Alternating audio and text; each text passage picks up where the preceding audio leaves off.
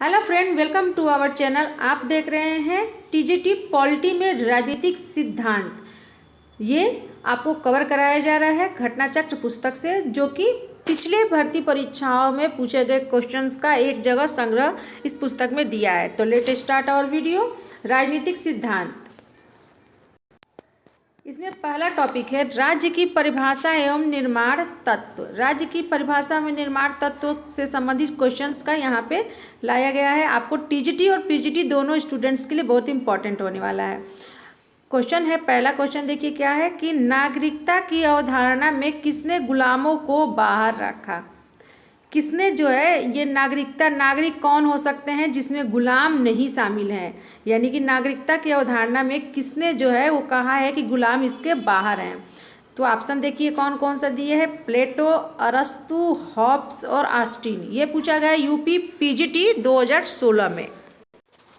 तो स्टूडेंट यह पूछा गया है यूपी पीजीटी 2016 में कि नागरिकता की अवधारणा में किसने कहा है कि गुलामों को बाहर रखा गया। नागरिकता की अवधारणा में प्लेटो ने, अरस्तु ने, हॉब्स ने, ऑस्टिन ने। तो इसका होगा ऑप्शन नंबर सही होगा बी, अरस्तु ने कहा है कि नागरिकता की अवधारणा में गुलामों को बाहर रखा जाए। ये होगा ऑप्शन नंबर बी। इसका आते हैं, इसका डिफिनीशन देखते हैं कि अरस्तु ने अपनी नागरिकता संबंधी अवधारणा में क्या किया था, गुलामों को यानी कि दास को बाहर रखा, और अरस्तु इन्हें राज्य का नागरिक नहीं मानते। स्टूडेंट क्वेश्चन नंबर 2 है, देखिए किसे सभी सामाजिक संस्थाओं में सबसे शक्तिशाली माना जाता है। किसे माना जाता है सामाजिक संस्थाओं में सबसे शक्तिशाली, राज्य को, राष्ट्र को, समाज को कि न्याय तंत्र को, किसे माना जाता है। तो ये पूछा गया यूपी पीजीटी 2016 में पूछा गया है। तो ऑप्शन होगा option A B C D में कौन होगा, तो ऑप्शन होगा ए, राज्य को सबसे शक्तिशाली संस्था माना जाता है। तो ऑप्शन सही होगा ए। ये डिफिनीशन देखते हैं कि राज्य, राष्ट्र, समाज और न्याय तंत्र जैसी सामाजिक संस्थाओं में से राज्य को सबसे अधिक शक्तिशाली माना जाता है। अन्य संस्थाओं का गठन स्वेच्छा या राजा के नियमों पर आधारित है, परंतु राज्य की सदस्यता अनिवार्य एवं निर्णय जो है बाध्यकारी होते हैं। अगला देखते हैं, क्वेश्चन नंबर 3 दिया है राजनीतिक विज्ञान। क्वेश्चन नंबर 3 क्या है कि राजनीतिक विज्ञान सामाजिक विज्ञान का वह अंग है जो राज्य के आधारभूत तत्वों तथा शासन के सिद्धांतों का विवेचन करता है। यह किसने दी थी परिभाषा, तो ये किसने दिया था कि राजनीतिक विज्ञान जो है वो सामाजिक विज्ञान का एक अंग है और यह क्या करता है, राज्य के आधारभूत तत्वों और शासन के सिद्धांतों का विवेचना करता है। इसको किसने कहा था, तो इसको option A Garner, B Laski, C Gilchrist या डी पॉल जेनेट। ये पूछा गया यूपी पीजीटी 2016 में पूछा गया क्वेश्चन है। तो इसका होगा आंसर होगा, क्योंकि इसमें यहाँ पे ये हम परिभाषा में हम क्या करते हैं, इसका की पॉइंट खोजते हैं। तो सामाजिक विज्ञान का अंग है और राज्य के आधारभूत तत्वों और शासन के सिद्धांतों की विवेचना करता है। तो ये होगा ऑप्शन नंबर, इसका सही होगा डी, ऑप्शन नंबर डी सही होगा, पॉल जेनेट। पॉल जेनेट जो है ये परिभाषा दिए हैं कि सामाजिक विज्ञान का वह अंग है राजनीतिक विज्ञान जो राज्य के आधारभूत तत्वों और शासन के सिद्धांतों की विवेचना करता है। ये डिफिनीशन देखते हैं इसके कि फ्रांसीसी लेखक जो है पॉल जेनेट के अनुसार राजनीतिक विज्ञान सामाजिक विज्ञान का वह अंग है जो राज्य के आधारभूत तत्वों तथा शासन के सिद्धांतों का विवेचन करता है। अगला क्वेश्चन देखते हैं। अगला क्वेश्चन क्या है, क्वेश्चन 3 हो गया। अगला क्वेश्चन देखते हैं, क्वेश्चन नंबर 4 देखते हैं कि निम्नलिखित को ग्रीक नगर राज्यों के नागरिक माना जाता है। किसको ग्रीक नगर राज्यों का नागरिक माना जाता है, किसको माना जाता है, मजिस्ट्रेट को, गुलाम को, स्वतंत्र व्यक्तियों के स्वामी, किस राजनीतिक विचारक को। यह पूछा गया यूपी टीजीटी 2016 में पूछा गया क्वेश्चन है। तो किसको ग्रीक नगर राज्य का नागरिक माना जाता है, तो मजिस्ट्रेट को नहीं माना जाता है, गुलाम को तो नहीं माना जाता है, राजनीतिक विचारक भी नहीं होगा। तो ऑप्शन होगा सी, स्वतंत्र व्यक्तियों के स्वामी। आइए देखते हैं, ऑप्शन सी सही है कि स्वतंत्र व्यक्तियों के स्वामी को ग्रीक नगर राज्यों का क्या माना जाता है, नागरिक माना जाता है। क्वेश्चन नंबर 5 देखते हैं। क्वेश्चन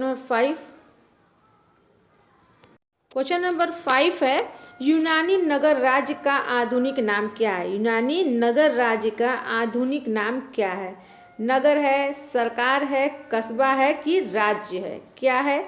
यह यूपी जीआईसी परीक्षा में पूछा गया है। तो यूनानी नगर राज्य का आधुनिक नाम है ऑप्शन डी, राज्य। तो ये इसका होगा ऑप्शन नंबर डी। आइए डिफिनेशन देखते हैं कि प्राचीन काल में यूनानी विचारकों ने राज्य के लिए नगर राज्य यानी कि सिटी स्टेट, शहर राज्य शब्द का प्रयोग किया है। यूनानी भाषा में इसे पोलिस कहते हैं। आधुनिक संदर्भ में राज्य शब्द का प्रयोग सर्वप्रथम इटली के राजनीतिक विचारक जो थे मैकियावेली ने 16वीं शताब्दी के प्रारंभ में अपनी पुस्तक द प्रिंस 1513 में उन्होंने लिखा था किया, जिसका अंग्रेजी अनुवाद जो है वो द स्टेट होता है। आइए देखते हैं क्वेश्चन नंबर 6 देखते हैं कि शहर राज्य यह शब्द सामान्यतः इससे संबंधित है। यह पूछा गया है DSSB PGT 2014 में। तो शहर राज्य शब्द किससे संबंधित है? प्राचीन इजिप्ट से, प्राचीन ग्रीस से, प्राचीन चीन से, कि इनमें से कोई नहीं? तो प्राचीन इजिप्ट से नहीं होगा, प्राचीन चीन से भी नहीं होगा, प्राचीन ग्रीस से संबंधित है। तो ऑप्शन नंबर होगा बी सही होगा। आते हैं क्वेश्चन नंबर 7 देखते हैं। पोलिस शब्द का मतलब निम्न में से क्या है? अभी हम लोगों ने पढ़ा है देश है कि राज्य है कि शहर राज्य है कि गांव है। ये पूछा गया है DSSB PGT 2014 में पूछा गया है।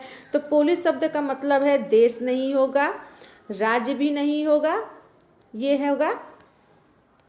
तो पोलिस शब्द का है ऑप्शन नंबर सी, शहर राज्य, क्योंकि देखते हैं ऑप्शन नंबर सी, शहर राज्य। क्वेश्चन नंबर 8 देखते हैं कि पुलिस शब्द का संबंध किससे है? पुलिस शब्द का संबंध किससे है? तो पुलिस से है, नागरिक प्रशासन से है, नगर राज्य से है कि लोकमत से है? ये पूछा गया है यूपी जीआईसी प्रवक्ता परीक्षा 2009 में पूछा गया है। तो अभी हम लोगों ने देखा है कि पुलिस शब्द का किससे संबंध है? तो ये संबंध है ऑप्शन नंबर सी सही है, नगर राज्य। ऑप्शन नंबर सी सही है, नगर राज्य। क्वेश्चन नंबर 9 देखते हैं। पॉलिटिक्स शब्द की उत्पत्ति जो है पोलिस से हुई है। पॉलिटिक्स शब्द की उत्पत्ति किससे हुई है? ये हुई है पोलिस से, जो एक क्या है? फ्रांसीसी शब्द है, यूनानी शब्द है, लातिनी शब्द है कि जर्मन शब्द है? तो ये पूछा गया यूपी जीआईसी परीक्षा 2015 में पूछा गया है। तो ये पोलिस शब्द है जो पॉलिटिक्स शब्द की उत्पत्ति पोलिस से हुई है। पोलिस जो शब्द है ऑप्शन बी यूनानी शब्द है। पोलिस शब्द क्या है? यूनानी शब्द है। देखिए अंग्रेजी का पॉलिटिक्स शब्द ग्रीक भाषा के पोलिस शब्द से बना है जो प्राचीन यूनानी राज्य का सूचक है। आते हैं question number last, question number 10 देखते हैं कि निम्न में से कौन सा समुच्चय राजनीति विज्ञान के विषय क्षेत्र को परिभाषित करता है? ए राज्य सरकार विधियां प्रथाएं और संस्कृति, बी संप्रभुता सरकार बाजार राजनीतिक दल और सामाजिक वर्ग, सी है राज्य सरकार विधियां सभ्य समाज और राजनीतिक दल, या डी है राज्य मूल्य सरकार निर्णय निर्माण और राजनीतिक दल। यह पूछा गया है पीजीटी परीक्षा 2003 में पूछा गया है। तो इसमें जो है कौन सा समुच्चय जो राजनीति विज्ञान के क्षेत्र को परिभाषित करता है? तो यहाँ पे ऑप्शन ए सही नहीं है, ऑप्शन बी भी सही नहीं है, ऑप्शन सी भी सही नहीं है। ऑप्शन सही होगा डी राज्य मूल्य सरकार निर्णय निर्माण और राजनीतिक दल। आइए देखते हैं यहाँ पे ऑप्शन नंबर डी सही है। इसका डिफिनेशन देखते हैं कि राजनीति विज्ञान का विषय जो है वो क्या है? राज्य मूल्य सरकार निर्णय निर्माण राजनीतिक दल शक्ति संघर्षों और सहमति का अध्ययन है। आधुनिक सिद्धांत के अनुसार राजनीति विज्ञान संस्थाओं और राजनीति का अध्ययन है। क्वेश्चन नंबर 11 देखते हैं। क्वेश्चन नंबर 11 देखते हैं क्या है 11 क्वेश्चन। इसमें है कि निम्न में से कौन सा एक राजनीति विज्ञान के आधुनिक उपागम के अध्ययन का क्षेत्र है? लोक जीवन, राज्य सरकार की विधि निर्माण। ये पूछा गया यूपी जीआईसी परीक्षा 2012 में पूछा गया है। तो इस क्वेश्चन में 11 है, 11 का आंसर होगा कि राजनीति विज्ञान के आधुनिक उपागम के अध्ययन का क्षेत्र है। तो ये सरकार तो होगा नहीं, राज्य तो पुराना है, विधि निर्माण भी नहीं होगा, तो होगा ऑप्शन नंबर ए लोक जीवन है। ऑप्शन ए सही है। देखते हैं इसकी डिफिनीशन देखते हैं कि द्वितीय विश्व युद्ध के बाद क्या है कि द्वितीय विश्व युद्ध के बाद जो है राजनीतिक विज्ञान के क्षेत्र में नवीन दृष्टिकोण का उदय हुआ। यह निश्चित रूप से अधिक व्यापक और यथार्थवादी है। यह दृष्टिकोण व्यवहारवादी दृष्टिकोण के नाम से प्रसिद्ध हुआ। इसने इस बात पर बल दिया कि वर्तमान समय में समस्त मानव जीवन एक इकाई का रूप धारण कर लिया है और मानव जीवन के विविध पक्षों को एक दूसरे से अलग नहीं किया जा सकता है। इसलिए राजनीति विज्ञान को ऐसा विषय नहीं समझा जाना चाहिए जो मनुष्य के केवल राजनीतिक क्रियाकलापों का अध्ययन करता है। अतः यह कहना उचित होगा कि राजनीति विज्ञान मूलतः मनुष्य के राजनीतिक जीवन तथा क्रियाकलापों का तथा इसके संदर्भ में मानव जीवन के सामाजिक, आर्थिक, धार्मिक एवं अन्य पक्षों का अध्ययन करता है। आइए नेक्स्ट क्वेश्चन देखते हैं। क्वेश्चन नंबर 12, निम्नलिखित में से कौन सा आधुनिक राजनीति विज्ञान का लक्षण नहीं है? पहले नहीं को मेंशन कर लेते हैं कि नहीं है। कौन सा नहीं है? शक्ति का अध्ययन, अंतर अनुशासनात्मक अध्ययन, मूल्य प्रधान अध्ययन या मानवीय क्रियाओं का अध्ययन। ये पूछा गया यूपीजीआईसी प्रवक्ता परीक्षा 2015 में। तो इसमें हम पहले देख लेते हैं कि ऑप्शन जो दिया है उस क्या नहीं है आधुनिक राजनीति विज्ञान में।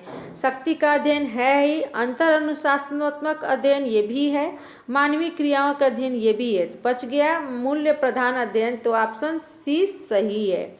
ऑप्शन सी देखते हैं, इसका डिफिनीशन देखते हैं कि क्या है कि मूल्य प्रधान का अध्ययन परंपरागत राजनीति विज्ञान की प्रमुख विशेषता है, जबकि अन्य तीनों विकल्प आधुनिक राजनीति विज्ञान से संबंधित हैं। हालांकि बाद में मूल्यों को भी आधुनिक दृष्टिकोण में शामिल कर लिया गया है। अगला क्वेश्चन देखते हैं। क्वेश्चन नंबर 13 है कि राजनीतिक विज्ञान इसकी शाखा है। राजनीति विज्ञान किसकी शाखा है? भौतिक विज्ञान की, प्रकृति विज्ञान की, पूर्ण विज्ञान की, समाज विज्ञान की। ये पूछा गया है DSSB PGT 2014 में पूछा गया है। राजनीति विज्ञान किसकी शाखा है? तो इसका होगा ऑप्शन नंबर डी सही है। ये है समाज विज्ञान। ऑप्शन नंबर डी सही है। समाज विज्ञान यानी कि सोशल साइंस मानव समाज का अध्ययन करने वाली शैक्षिक विधा है। प्राकृतिक विज्ञानों के अन्य विषयों का एक सामूहिक नाम है सामाजिक विज्ञान। इसमें नृविज्ञान, पुरातत्व, अर्थशास्त्र, भूगोल, इतिहास, राजनीतिक शास्त्र, समाजशास्त्र आदि विषय सम्मिलित हैं। अतः राजनीति विज्ञान एक प्रमुख सामाजिक विज्ञान है तथा इसका संबंध राज्य से है। क्वेश्चन नंबर 14 देखते हैं कि राजनीति विज्ञान इससे संबंधित है। किससे संबंधित है? राजनीतिक सत्ता से संबंधित है, आर्थिक सत्ता से, सामाजिक सत्ता से या सांस्कृतिक सत्ता से। ये पूछा गया DSSB PGT 2014 में पूछा गया क्वेश्चन है। तो इसका आंसर सही होगा। राजनीति विज्ञान किससे संबंधित है? ये संबंधित है राजनीतिक सत्ता से संबंधित है। ऑप्शन ए सही होगा। राजनीति विज्ञान आधुनिक दृष्टि से वह शास्त्र है जो मानवीय क्रियाओं, शक्ति, राजनीतिक व्यवस्था, समस्याओं तथा उसके समाधानों से संबंधित है। आधुनिक दृष्टि से वह शास्त्र है जो मानवीय क्रियाओं, शक्ति, राजनीतिक व्यवस्था, समस्याओं, उसके समाधानों से संबंधित है। अगला क्वेश्चन देखते हैं। क्वेश्चन नंबर 15, निम्नलिखित कथनों पर विचार करिए और दिए गए कूट में सही उत्तर का चयन कीजिए। देखिए कौन सा कूट है? देखिए ए है राजनीति विज्ञान राजनीति का व्यवस्थात्मक अध्ययन है। दूसरा है यह सैद्धांतिक और शोधपरक है। तीसरा यह पूर्णतः वैज्ञानिक और पूर्णतः नैतिकवादी है। और चौथा, इसे यदि अच्छा राजनीति विज्ञान होना है तो इसे दर्शनात्मक और वैज्ञानिक होना है। आगे देखते हैं कूट क्या है। कूट दिया है कि 1 2 3 सही है या 2 3 4 सही है, 1 2 4 सही है या 1 3 4 सही है। ये UPGIC 2012 में पूछा गया है। तो यहाँ पे देखते हैं कि कौन सा सही है। तो यहाँ पे ये राजनीति विज्ञान राजनीति की व्यवस्थात्मक अध्ययन है, सही है। यह सैद्धांतिक और शोधपरक है। ये क्या है? सैद्धांतिक भी है और शोधपरक भी है, बिल्कुल सही है। यह पूर्णतः वैज्ञानिक और पूर्णतः नैतिकवादी है, ये होगा। ये जो है ऑप्शन 3 जो है ये गलत है, क्योंकि पूर्णतः वैज्ञानिक और पूर्णतः नैतिकवादी नहीं है। तो ऑप्शन 1 2 4 सही है, यानी कि ऑप्शन सी सही है। ऑप्शन सी सही है, क्योंकि इसमें इसे न तो पूर्णतः दार्शनिक कहा जा सकता है और न ही, क्योंकि इसके अंदर मानवीय व्यवहार का अध्ययन होता है। 1, 2, 4 सही है। इसे न तो पूर्णतः दार्शनिक कहा जा सकता है, जो कि विज्ञान के नियमों से परे है, और न ही पूर्णतः नैतिक, क्योंकि इसमें नैतिक अनैतिक सभी मूल्यों का अध्ययन होता है। तो स्टूडेंट, इसी के साथ ये हमारा वीडियो समाप्त होता है। मिलते हैं नए नए क्वेश्चन के साथ फिर नए वीडियो में। तब तक आप मेरे चैनल पर बने रहिएगा और मेरे लेटेस्ट वीडियो को देखते रहिएगा। अगर आप नए हैं मेरे चैनल पर तो प्लीज़ मेरे चैनल को लाइक शेयर सब्सक्राइब जरूर करिएगा, और हाँ, बेल आइकन भी दबा दीजिएगा, और एक प्यारा सा कमेंट करिएगा जिससे मैं हो सकूँ मोटिवेट। तो मिलते हैं नए वीडियो में। वीडियो देखने के लिए बहुत बहुत बहुत धन्यवाद।